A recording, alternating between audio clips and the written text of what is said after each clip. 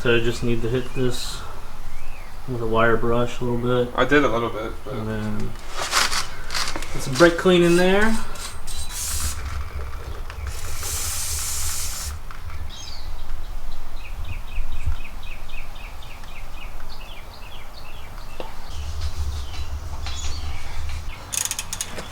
We're at the rear of the car right now.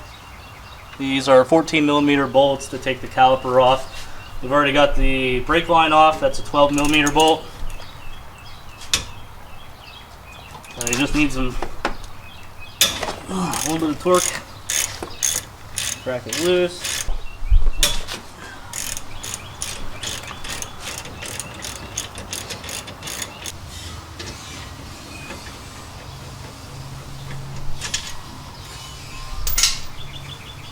Right now, I'll take this caliper off.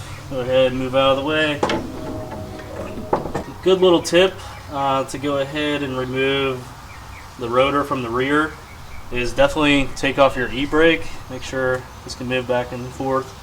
So that will release the parking brake. And another good tip is to use the 12mm bolt from the brake line and go ahead and thread it into your rotor. Tighten it down. You might need an extra person. Yeah, it does help to have another set of hands. Tighten this down. Then you hear that snap. That's actually broken loose the rotor. And it makes it a lot easier to get off instead of hammering this thing to town. You feel the rotor coming off the hub. Mm-hmm. Yep, there's another one. So now we're good and loose. I'll be able to just take it off. Yep, right off. Simple as that. That way you don't have to beat the heck out of it. So here's the bolt that came through. Remember, guys, glasses. Glasses. Definitely need the glasses. Just gotta go up. There you go. Yeah, I got comments on it. I was surprised. There's a bunch of comments on it. Yeah. Last year we liked it. Dude, like you always love a good driving video. Yeah. Me too. Sometimes I'll watch Cali WRX's driving videos. Yeah. Is he a good driver, you think? It's hard to tell because when you watch it in video, it always looks slower. Yeah. You know. Right now we're taking off the front caliper. If you're looking for a really comprehensive install video of these or install of brakes, go ahead and check out the CVTS swap Brembo video. That one's really thorough. Right now we're just trying to get these off and get new ones on.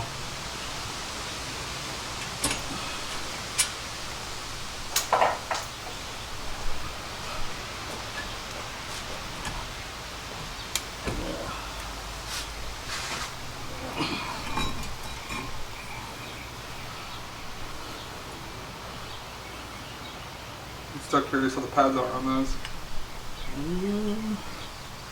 Oh, dude, you got plenty. Really? Yeah, man. Are you kidding me? No, I'm not kidding at all. I don't believe Plenty there. I hear the squeaking. That's just because... No, not like squeaking, but like scraping. I don't know what scraping is. It's the wear indicator. Really? Yeah, that's what they have. They have the built-in little metal arms. Let you know when you need to change the brakes. This thing is too long. Spongy cord. Can I grab a different one, or is there a different one? Set it out of the way. God, I can't wait to try these brakes out on the back roads. Oh yeah? Yeah, I got some good ones around Coleraine. A buddy showed me. Is that one right? Yeah.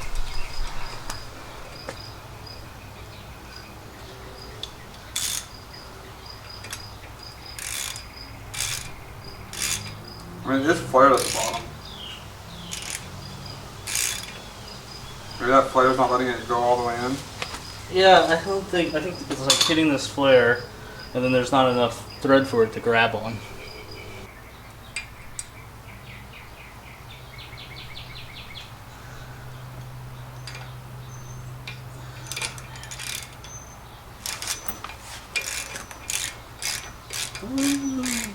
work on the other side.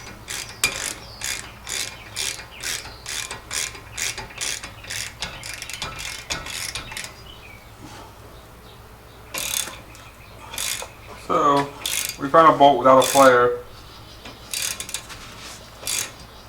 Boom! Ah, that's a lifesaver. Thank you, Subaru, for putting these holes in the rotors. Wait, do my new ones have it? Yeah, my new ones have it.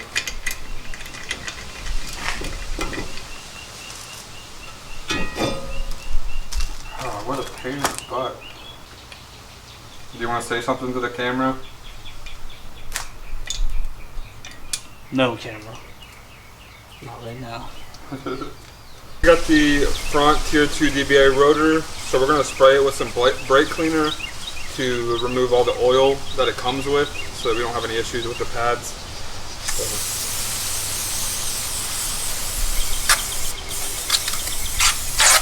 Okay.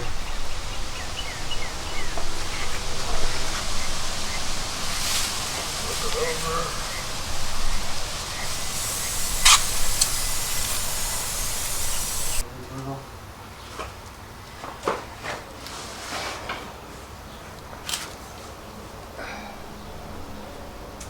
Now, which holes are the right holes? You've only got one chance. No! There you go. No trimming of the dust shield. We're also going to put anti-seize on these bolts going in. If you've ever taken some of these off, then they can be a real pain in the butt. Yep. And this is just a preventative measure. Make sure they come out easy next time. Yeah, for when my part out happens. Project part out. Inevitable part out.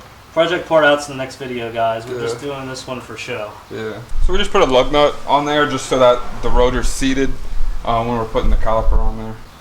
Just move a little bit further forward. Go up a little bit.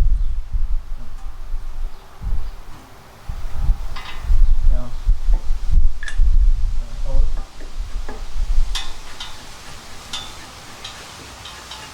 Fucking dust shield. Hell yeah. Hell effing yeah. Woo! Woo! Yeah! This is the sketchy part, guys. The hard lines.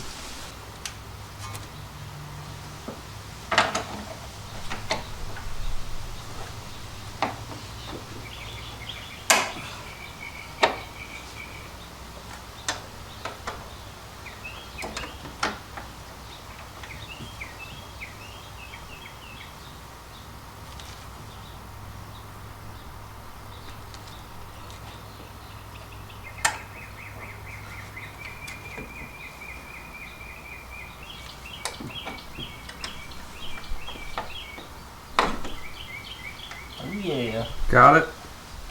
Oh yeah, here we go. Came off pretty good. Nice. Didn't have to do anything with the dust shields to get those out of the way. We didn't have to cut them or anything. Yeah.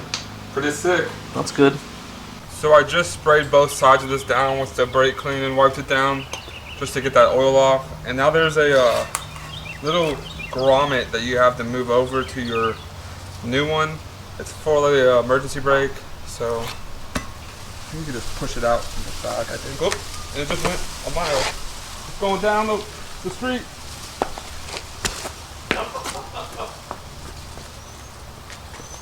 That's how not to put your...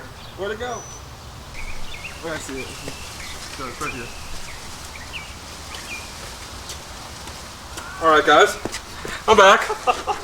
So be careful when you're pushing that thing out. It'll fly and there's a roll. It'll fly down your driveway away from you. Well, we got it. We're good. It was like this. It just gets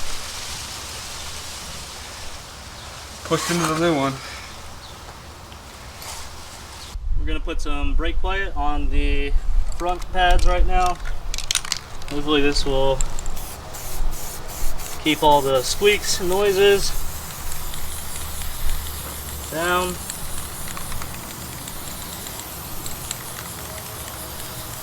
we'll do the same thing on the rears.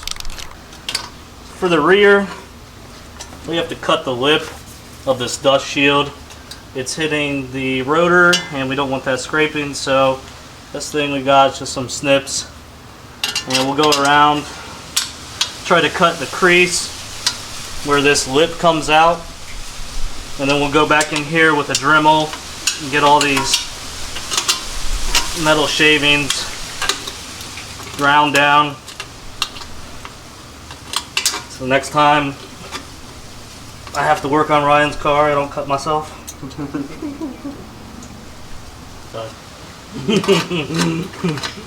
the snips to bend the thing. At this point, we tried to test fit the calipers, and we did have to cut off some of the rear dust shield to allow them to mount to the hub assembly. So just be aware of that if this is something that you're looking to do.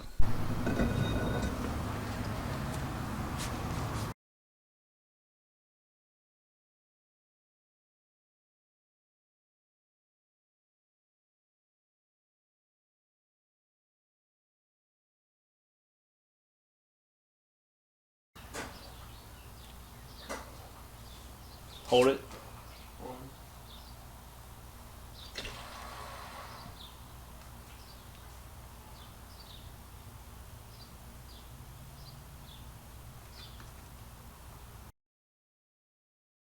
Since the new calipers had two nipples, we decided to bleed the outside nipple of the caliper first and then move into the inside nipple.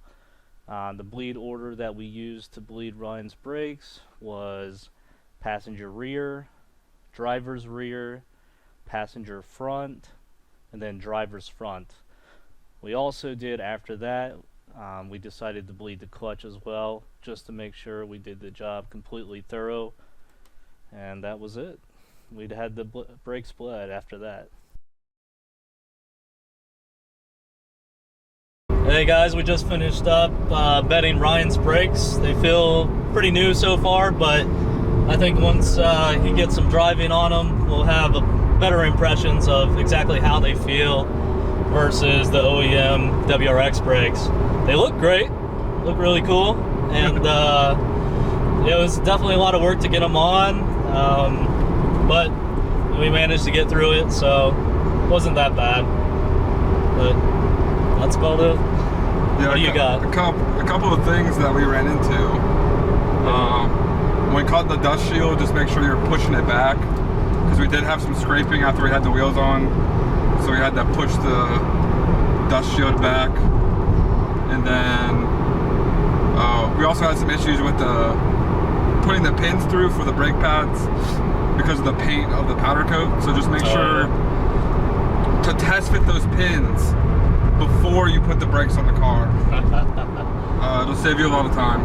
Yeah, we were able to grind out some of that powder coat and get it down to the bare metal, and then we were able to have a lot better luck with the pins.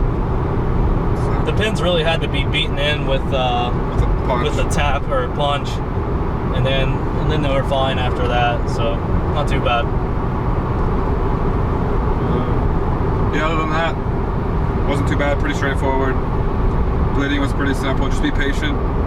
There's a lot of bubbles when you're putting on all new brakes. Yeah. We'll have to make sure Ryan lets us know how the pads, and if you can notice like the rotors make any difference. So that's gonna be like, it should be night and day once they get broken in. Yeah. Because you got stainless steel lines, you got what? Upgraded rotors. Yeah. Upgraded pads. And STI Brembos. So. Yeah, man. But that's about it. Yep. See you guys next time. Subscribe.